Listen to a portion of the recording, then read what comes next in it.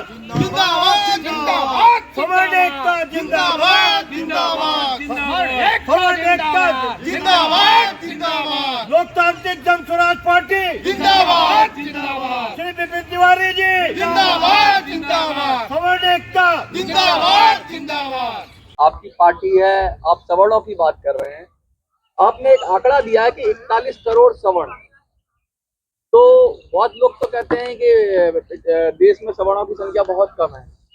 तो सबसे पहले विस्तार से अपना परिचय, पार्टी कहाँ का काम करती है, और फिर इस सवाल का जवाब दीजिए, वैसे ही आगे चलेंगे। मैं पंडित विपिन तिवारी, लोकतांत्रिक जन स्वराज पार्टी का राष्ट्रीय अध्यक्ष एवं संस्थापक। मैं विगत 21 वर्षों से जनहित में काम करते आया हूं। इसी जंतर मंतर पर हमने इस 21 वर्ष पहले 23 नवंबर 2004 को सुरक्षित श्मशान और कब्रिस्तान चाहिए का नारा देकर के हम यहाँ कार्यक्रम किए थे। जो जनहित में था, वहाँ कोई बैकवर्ड फॉरवर्ड की बात नहीं थी, मानवता की बात रही। और उसमें हमारा 5 सूत्री मांग रहा कि भारतवर्ष के समस्त श्मशानों कब्रिस्तान की भूमि को सरकारी मान्यता दी जाए, अतिक्रमण से मुक्त कराई जाए, चहरदीवारी कराकर सुरक्षित किया जाए, लावारिसों के कुल धर्म के अनुसार अंतिम संस्कार की व्यवस्था की जाए, गरीबी रेखा के अंतर्गत गुजर बसर करने वाले परिवार को अंतिम संस्कार के लिए 10,000 रुपये अनुदानित राशि दी जाए। जिस ज्ञापन से हमने देश के सर्वोच्च संस्थाओं को हमने अवगत कराया और 2005 में वो लागू हुआ। ग्रामीण रोजगार गारंटी योजना के अंतर्गत श्मशान और कब्रिस्तान की घेराबंदी का प्रावधान आया और कबीर अंत्येष्टि योजना से 1500 रुपया मिलना शुरू हुआ, जो मुखिया जी वार्ड जी देते हैं, जिसका शायद 3000 के आसपास गया है। हम उस समय ही 10,000 मांगे थे और आज भी हम 10,000 मांगने के लिए बैठे हैं और वो राशि समय से नहीं मिलती है। हमारा मांग था कि राशि समय से दी जाए कि पार्थिव शरीर के काम आवे, कि अंत भला तो सब भला। उसके बाद फिर 9 अगस्त 18 को जब सदन ने SC/ST एट्रोसिटी एक्ट सख्त किया कि बिना जांच आप जेल जाओ, उस समय हमने उसके बरखी पर 9 अगस्त 19 को इसी जंतर मंतर पर हमने कार्यक्रम किया। राष्ट्रपति महोदय को अपने ज्ञापन से अवगत कराया कि जांच उपरांत दोषी पाए जाने पर ही गिरफ्तारी सुनिश्चित हो। आप कैसे जानते हैं कि बिना जांच दोषियों निर्दोष का पता करेंगे? बिना जांच कांड लावारिस हो जाता है। आज हम उसी के लिए बैठे हैं कि यदि फर्जी रूप से SC/ST एट्रोसिटी एक्ट होता है सवर्ण पर और OBC पर, तो उस फर्जी केसकर्ता के विरुद्ध आपराधिक तथा सिविल मानहानि का मुकदमा चलाई जाए। अब रही बात सवर्णों की, इस देश में नेहरू जी से लेकर मोदी जी तक ये कोई नेता होता नहीं है। 2 नेता इस देश में पैदा हुए। पहले नेता का नाम था बाबा साहब भीमराव अंबेडकर, जिन्होंने अपने SC/ST समाज के लिए संविधान में सारी सुविधा ठूस भर के वो चले गए। और एक दूसरा नेता पैदा हुए जिसका नाम है राम मनोहर लोहिया। उन्होंने इस देश में OBC को किस तरह सारी सुविधा संविधान से ले ली जाए, इसके लिए भिन्न भिन्न किस्म का हथकंडा रचवाए। JP आंदोलन, समाजवादी आंदोलन, BP सिंह जी को प्रधानमंत्री बनवा करके मंडल कमीशन लागू करवा करके वो महामानव भी अपने OBC के कल्याण करके चले गए। रही बात सवर्णों की, जो इस देश के सभी धर्मों में अपना गुजर बसर करते हैं, उनका कोई माई बाप आज तक पैदा नहीं हुआ। जो भी है वो सब पिछलग्गू है, अपना गुजर काटता है। पहली बार सत्याग्रह के मिट्टी चंपारण से जन्मा हुआ मैं पंडित विपिन तिवारी सवर्ण समाज के हित के लिए बाजा बजा करके सवर्णों के हित का मांग हम जिला से लेकर के आज जंतर मंतर पहुंचे हैं कि इस देश में 41 करोड़ आबादी सवर्णों की है। तुम हीन भावना में रखे हो हमको, और 10% EWS देकर क्या तुम हम पर दया का भी किए हो? 15% करो। और EWS से जो फॉर्म भरता है अभ्यर्थी, उससे तुम 1000 रुपए लेते हो, अन्य आरक्षित वर्गों से न्यूनतम राशि लेते हो। ना इंसाफी हम नहीं चलने देंगे। EWS कोटे से जो भी फॉर्म भर रहा है उससे न्यूनतम राशि लो, और अन्य आरक्षित वर्गों की तरह EWS कोटे को भी छात्रवृत्ति सुविधा, छात्रावास सुविधा और आयु सीमा में छूट इत्यादि समस्त सुविधाएं दो, नहीं तो तुमको हम बता देंगे कि हमारे अंदर क्या ताकत है। क्या लगता है जाति के आधार पर भेदभाव हो रहा है? हमारा लॉ ही हमारा कानूनी भेदभाव कर रहा है, क्या लग रहा है? कर रहा है, तभी तो ये बातें हो रही है। अब मानवता कम और दानवी स्वभाव ज्यादा, अब धृतराज स्वभाव ज्यादा। लेकिन आपने जो आंकड़ा दिया 41 करोड़, ये आपको कहाँ से मिला? हम वर्षों से पूरे भारत घूम रहे हैं।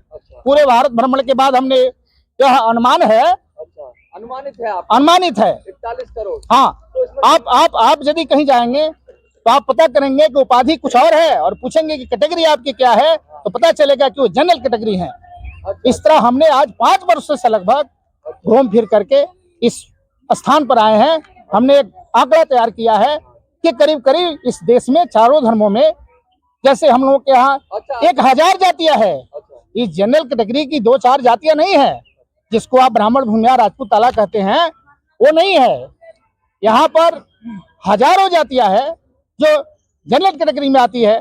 अब जैसे आप ब्राह्मण, भूमिया, राजपूत, लाला, अग्रवाल, शेख, सैयद, पठान, सिया इत्यादि इत्यादि 1000 जातियां। को भी आप इंक्लूड कर रहे हैं? हाँ, क्या मुस्लिम समाज की जो तो जनरल कैटेगरी है उसकी ना। यहाँ जो स्वभाव है आपके संविधान में, आप किसी भी धर्म में रहें, आप पूर्व से पूजे, पश्चिम से पूजे, उत्तर से पूजे, दक्षिण से पूजे, बिना नहाए रहें, इस संविधान को, इस देश को कोई लेना देना नहीं है। यह देश कैटेगरी से चलता है। और आज 77 वर्षों तक इसी भ्रम में रखा गया कि हिंदू मुस्लिम बैकवर्ड फॉरवर्ड।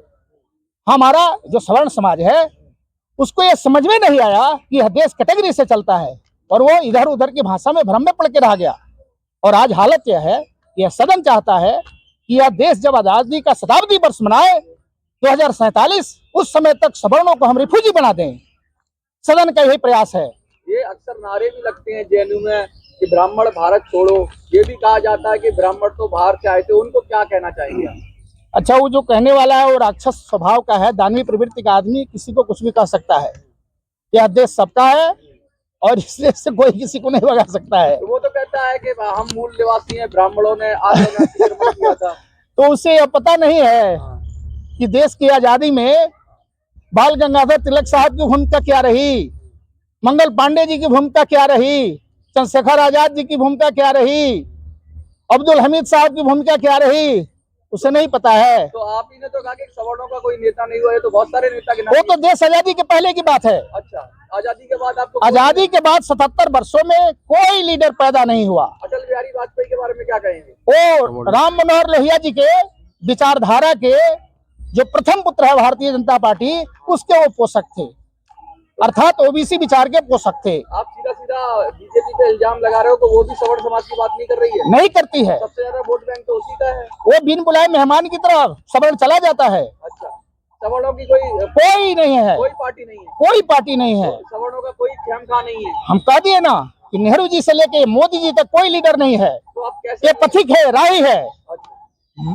अंबेडकर साहब और लोहिया जी के बनाए राह पर चलने वाला ये राही है, ये कोई नेता नहीं है। और आपके सवर्णों का तो आज तक कोई लीडर पैदा ही नहीं हुआ सदन में जो खड़ा हो आपकी बात करते हुए और बैठे भी आपकी बात करते हुए। आप अपने बारे में क्या कहेंगे? क्या आप सवर्णों के नेता बनेंगे? क्या ये कमान संभालेंगे? क्या अगर समाज आपकी तरफ देखेगा तो लड़ेंगे और उठाएंगे? बिल्कुल, हम आपको भरोसा दिलाते हैं आपके चैनल के माध्यम से कि यदि सवर्ण समाज यह जिम्मेवारी हमें देगा तो हम आज से जेल में रहना आजीवन पसंद करेंगे। इनके लिए कहीं तक हम जाने के लिए तैयार हैं, लेकिन सवर्णों का हक अधिकार हम लेके रहेंगे। अच्छा, एक बात और, आप आज एक तो ये बता दीजिए ज्ञापन किस किस को देंगे, और उसी सरकार से मांग रहे हो जो ओबीसी की समर्थक है, क्योंकि हमारे प्रधानमंत्री भी ओबीसी हैं, तो फिर क्या ये देंगे आपको हक और अधिकार? नहीं देंगे तो फल भोगेंगे।